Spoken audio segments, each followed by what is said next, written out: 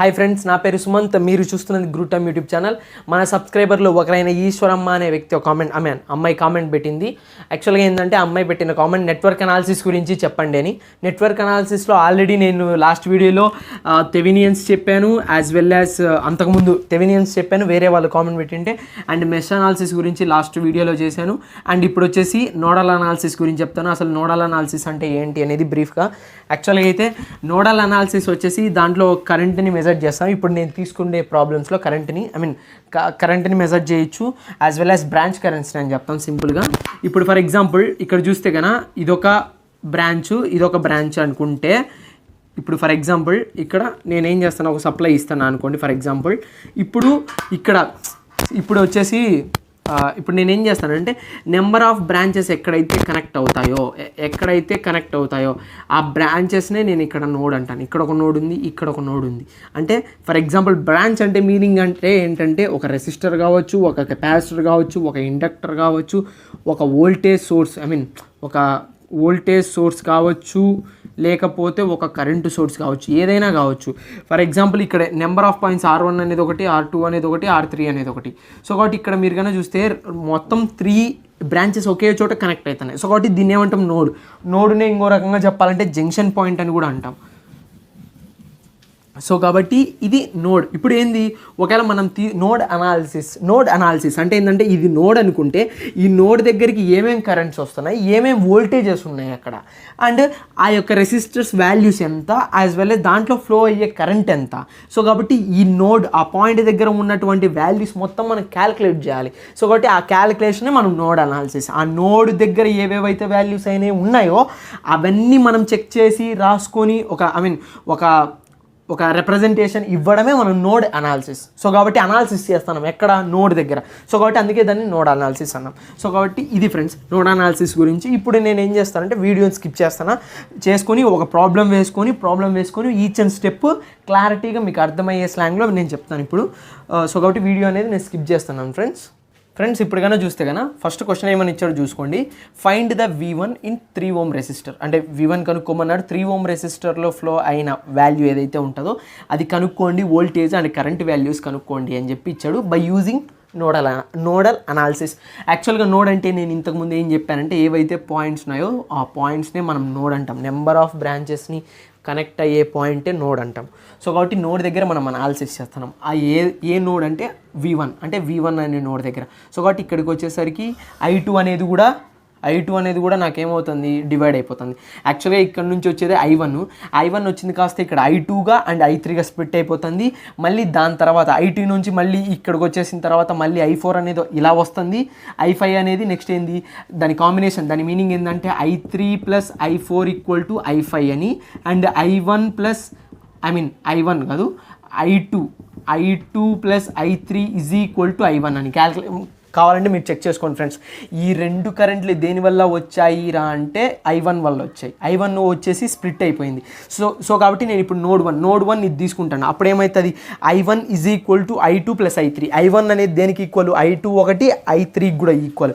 So కాబట్టి ఇప్పుడు నేను ఏం చేస్తాను అంటే, మీరు కనుక చూస్తే I1 దగ్గర ఉన్నటువంటి వాల్యూస్, నాకు కరెంట్ తెలియదు బట్ కానీ వోల్టేజెస్ తెలుసు. నేను ఇప్పుడు ఏం చేస్తాను అంటే I1 దగ్గర ఏమేమి ఉన్నాయి, ఇది ఒక వోల్టేజ్ ఉంది, అండ్ దెన్ ఇంకోటి నాకేది అంటే మెయిన్ వోల్టేజ్ ఒకటి, అండ్ యాజ్ వెల్ యాజ్ ఇక్కడ ఉండే ఒక వోల్టేజ్ ఉంది, అది తెలియదు నాకు, అదే కనుక్కోవాలి నేను. అప్పుడు కనుక్కోవాలంటే నేను ఏం చేస్తాను, యాక్చువల్గా ఓమ్స్ లా ప్రకారంగా I = నాకేంది V/R. V అంటే నాకు ఏమేమి ఉన్నాయి, ఇక్కడ ఒక వోల్టేజ్ ఉంది అండ్ దెన్ ఇక్కడ ఒక వోల్టేజ్ ఉంది. సో కాబట్టి VS అంటే ఏంటంటే సోర్స్ వోల్టేజ్, అండ్ ఇటుపక్క ఇది V1 అంటే ఇది నోడ్ వోల్టేజ్. నేను అందుకే రాశాను ఈ టోటల్ అంటే V వాల్యూ, అంటే ఈ టోటల్ అనేది V వాల్యూ. ఈ టోటల్ కింద 2 ఎందుకు వేసాను రా అంటే ఇక్కడ ఫ్లో అయ్యే కరెంట్ I1 దగ్గర ఫ్లో అయ్యే కరెంట్ ఎంత, I1 అనే కరెంట్ ఎక్కడ ఫ్లో అవుతుంది, R2 అనే R1 అనే రెసిస్టర్ దగ్గర ఫ్లో అవుతుంది. R1 ఎంత ఇక్కడ రెసిస్టర్ ఫార్ములా ప్రకారంగా I = V/R కాబట్టి V అంటే ఎంత, VS - V1, అండ్ R అంటే ఎంత అంటే అక్కడ R2 అని.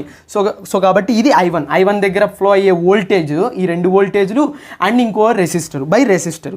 ఇప్పుడు నేనేంది I2 దగ్గర ఫ్లో అయ్యే కరెంటు వాల్యూ I2. సో కాబట్టి I2 అంటే ఏంది, I అంటే మామూలుగా ఏంది V/R. V అనేది ఎంత ఇక్కడ V1, ఇక్కడ I2 దగ్గర ఫ్లో అయ్యే వోల్టేజ్ V1 బై R అంటే ఎంత 3 ohms, I mean 3 ohms. So కాబట్టి అదే వేసాను. I3 దగ్గర చూస్తే V1 అనే వోల్టేజ్ ఉంది, అండ్ దెన్ ఇలా వచ్చేది ఏది, ఇక్కడ ఇంకొక కరెంట్ ఉంది. ఈ కరెంట్ వల్ల ఏమొస్తుంది, నాకు V2 అనేది వస్తుంది. సో కాబట్టి అందుకే ఏంది, V1 ఇలా వస్తే ఆపోజిట్ డైరెక్షన్లో V2 ఉంటుంది. అందుకే V1 మైనస్ V2 బై 4 వేసాను. 4 ఎందుకు వేసాను రా అంటే ఇక్కడ ఫ్లో అయ్యే, ఐ మీన్ ఇక్కడ రెసిస్టర్ ఉంది, ఏది 4 ohm రెసిస్టర్ అనేది. సో కాబట్టి అందుకనే నేను 4 ohm రెసిస్టర్. ఇది కూడా ఏంటంటే సేమ్ దీనిలాగే వోల్టేజ్, ఇదేమో రెసిస్టెన్స్. సో ఇప్పుడు నేను ఏం చేస్తాను, VS అంటే సోర్స్ వోల్టేజ్ కాబట్టి 5 మైనస్ V1/2 వేసాను ఈజ్ ఈక్వల్ టు V1/3 వేసాను, అంటే సేమ్ వాల్యూ దించుతాను. ఇప్పుడు నేను ఏం చేస్తాను అంటే LCMలు తీసుకుంటాను ఫ్రెండ్స్. యాక్చువల్గా అయితే LCM ప్రకారంగా ఏంటంటే LCMs నేను తీసుకున్నప్పుడు ఇక్కడ చూస్తే ఏం వాల్యూ ఉంటుంది, 3కి 4కి LCM చేస్తే 12. సో కాబట్టి యాక్చువల్గా అయితే ఇక్కడ బై 12 వస్తుంది. ఇది నేనేం చేస్తాను, ఇక్కడ తెస్తాను. అప్పుడు 5 మైనస్ V1/2 ఉంటుంది. సో 12 అనేది ఇటు పక్క నుంచి ఇటు పక్క తెస్తాను. అప్పుడు ఏమవుతుంది, 2 1s 2 6. అప్పుడు నాకేమవుతుంది 6 into 5 minus V1 is equal to 3 into 3 అనేది ఎందుకు, ఐ మీన్ 3 అనేది ఏంటంటే ఈ క్రాస్ మల్టిప్లికేషన్ చేస్తాను. సో కాబట్టి నాకేముంటుంది 3 ఈ వాల్యూ, నేను ఫస్ట్ ఈ వాల్యూ వేస్తాను, అంటే ఏది 3 into V1 minus V2 plus 4 into V1. So కాబట్టి ఇది వేసాను. ఇప్పుడు నేను ఏం చేస్తాను, మీరు కానీ చెక్ చేస్తే ఇప్పుడు టోటల్ వాల్యూ ఏదైతే ఉందో దాన్ని మల్టిప్లై చేస్తాను. 6 ఇంటూ 5 ఎంత 30 మైనస్ V1. సో కాబట్టి ఇదంతా నేను క్యాల్కులేషన్ చేస్తే నాకు అట్లాస్ట్కి వచ్చినటువంటి వాల్యూ ఎంత అంటే 13V1 minus 3V2 is equal to -30. యాక్చువల్గా అయితే ఈ -30 ఇటు పక్క ఉంటుంది, ఎందుకంటే ఈ వాల్యూ ఏంది 6 ఇంటూ 5 ఎంత 30. సో కాబట్టి నేను క్యాల్కులేషన్ పార్ట్ అంతా చేస్తే నాకు వచ్చినటువంటి last value 13V1 minus 3V2 is equal to -30. ఇది ఈక్వేషన్ 1. సో కాబట్టి ఇక్కడ వచ్చినటువంటి నాకు ఈక్వేషన్. దాని తర్వాత నోడ్ 2 అంటే ఏది, ఇక్కడ నోడ్ 2. సో కాబట్టి ఇక్కడ ఏది, ఇక్కడ ఒక కరెంట్ ఉంది. యాక్చువల్గా అయితే ఇక్కడ ఏమేమి కరెంట్స్ ఉన్నాయంటే నాకు I3 అండ్ I4. సో కాబట్టి అందుకనే నేను ఏం చేశాను, I3 plus I4 equal to I5 అని రాశాను. I3 నాకు వాల్యూ ఎంత, ఇప్పుడు కన్నా చూస్తే కానీ ఫ్రెండ్స్, ఇప్పుడు ఏంటంటే నోడ్ 2లో అంటే ఏంటంటే ఇక్కడ వచ్చే కరెంట్ నోడ్ 2 అనేది ఇక్కడ ఉంది. ఇక్కడ ఈ దరిదాపుల్లో ఏవే కరెంట్స్ వస్తున్నాయి, ఒకటేమో I3 వస్తుంది, ఇంకోటేమో I4. సో కాబట్టి I3 ప్లస్ I4 నాకు I5 అని. సో కాబట్టి I3 దగ్గర చూస్తే ఏమేమి వోల్టేజెస్ ఉన్నాయి, ఇక్కడ ఇది I3. సో కాబట్టి I3 దగ్గర చూస్తే ఇది ఒక వోల్టేజ్ ఉంది, ఇది ఒక వోల్టేజ్ ఉంది, కానీ రెసిస్టర్ మాత్రం ఎంత ఉంది, 4 ohms రెసిస్టర్. సో కాబట్టి V1 ఈ total value resistor I mean voltage value by resistor value ఎంత ఉంది 4 ohms. సో కాబట్టి 4 ohms వేసాను. ప్లస్ I4 అనేది మీరు ఇక్కడ చూస్తే I4 అంటే కరెంట్ డైరెక్ట్ ఇచ్చేసాడు నాకు. ఇదేంది కరెంట్ వాల్యూ. యాక్చువల్గా ప్లస్ మైనస్ అంటే ఐ మీన్ పాజిటివ్ నెగిటివ్ అంటే ఇది వోల్టేజ్, ఇదేమో కరెంట్ రిప్రజెంటేషన్. సో కాబట్టి కరెంట్ వాల్యూ డైరెక్ట్ ఇచ్చాడు కాబట్టి నేను 3 వేసాను ఈజ్ ఈక్వల్ టు I5 అంటే కరెంటు దేనివల్ల వచ్చింది, I3 అండ్ I4 రెండు ఎయిడింగ్ వల్ల నాకేమొచ్చింది I5 అనేది వచ్చింది. I5 అంటే ఏంది, ఇక్కడ ఉన్నటువంటి వోల్టేజ్ ఏది V2 బై రెసిస్టెన్స్ ఎంత ఉంది 1 ohm. సో కాబట్టి 1 ohm వేసాను. ఇప్పుడు నేను మళ్ళీ క్రాస్ మల్టిప్లికేషన్ చేస్తాను చూడండి. V1 మైనస్ V2/4 ప్లస్ ఇది యాక్చువల్గా అయితే ఇది ఎలా ఉంటుంది అంటే ఇలా ఉంటుంది ఫ్రెండ్స్, అంటే V1 minus V2 plus 3/4. So కాబట్టి నేను దాన్ని స్ప్లిట్ చేస్తాను. ఈ 4 అనేది దీనికి చెందింది కాబట్టి నేను V1 మైనస్ V2/4 ప్లస్ 3/4. ఇప్పుడు నేను ఏం చేస్తాను, క్రాస్ మల్టిప్లై చేసినప్పుడు నాకేమవుతుంది 4 into V1 minus V2 plus 12 అంటే ఏంది, దీంతో మల్టిప్లై చేసా, దీన్ని మల్టిప్లై చేసా.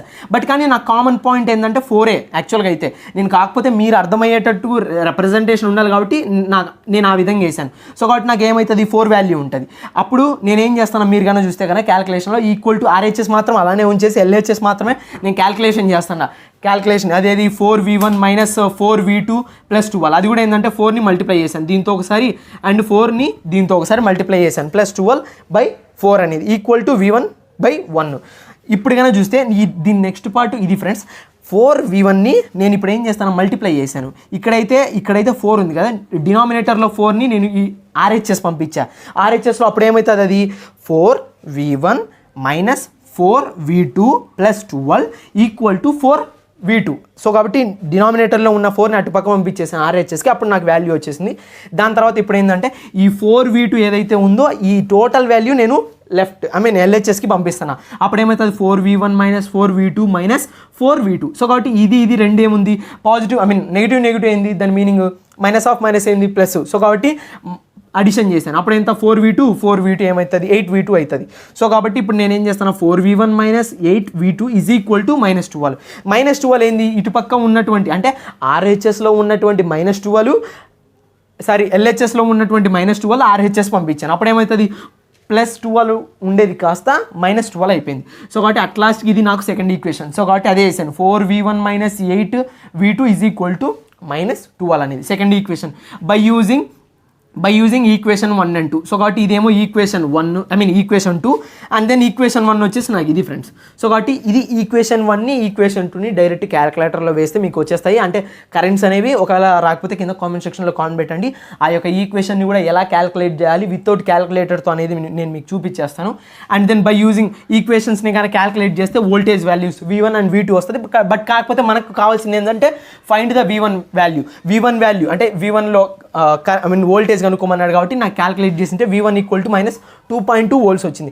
ఇప్పుడు నాకు కావాల్సింది ఏంది, ఈ నోడ్ దగ్గర ఉన్నటువంటి వోల్టేజ్ అండ్ కరెంట్స్. సో కాబట్టి I2 అనేది ఎక్కడ ఫ్లో అవుతుంది, V2 దగ్గర V1 దగ్గర. ఇప్పుడు నేనేం చేస్తాను, అందుకే I2 is equal to V1, ఎందుకంటే I2 అనే కరెంట్ ఎందువల్ల వస్తుందంటే ఇక్కడ వోల్టేజ్ ఉంది. సో కాబట్టి వోల్టేజ్ ఉంది కాబట్టి నేను అందుకే వేసాను ఇక్కడ ఉన్నటువంటి వోల్టేజ్. ఇది కూడా ఏంటంటే హోమ్స్ లా ప్రకారంగా I is equal to V/R. V అంటే ఎంత, V1 ఆల్రెడీ మనకు తెలుసు. R అంటే ఎంత, రెసిస్టెన్స్. ఇక్కడ ఉన్నటువంటి రెసిస్టెన్స్ ఎంత 3 ohm. సో కాబట్టి V1/3. V1 అంటే నాకు వచ్చినటువంటి క్యాలిక్యులేట్ చేసినటువంటి వాల్యూ ఎంత -2.2 volts/3. సో కాబట్టి అట్ లాస్ట్కి నాకు వచ్చినటువంటి value I2 is equal to -0.73. So కాబట్టి ఇది ఫ్రెండ్స్ నోడల్ అనాలిసిస్. ఒకవేళ కొన్ని క్వశ్చన్స్లో ఏం అడుగుతారంటే V1ని కనుక్కోండి అండ్ V2ని కూడా కనుక్కోండి అని అడుగుతారు, అప్పుడు మీరు ఆ విధంగా చేయాలి. సో కాబట్టి ఇది నోడల్ అనాలిసిస్ గురించి. బట్ ఇది ఫ్రెండ్స్ నాకు ఓవరాల్గా వచ్చినటువంటి current values and voltage values. So కాబట్టి ఈ వీడియోలో కన్నా డౌట్స్ ఉంటే కింద కామెంట్ సెక్షన్లో కామెంట్ పెట్టండి. మన సబ్స్క్రైబర్లో ఒకరైన ఈశ్వరం అనే అమ్మాయికి అర్థమైంది అనుకుంటే వీడియో కన్నా నచ్చితే లైక్ చేయండి, షేర్ చేయండి, సబ్స్క్రైబ్ చేయండి. నా యొక్క వీడియోస్ కన్నా మీకు అంటే పక్కనే ఉన్నటువంటి బెల్ ఐకాన్ని క్లిక్ చేయండి. Thank you friends, thank you for watching.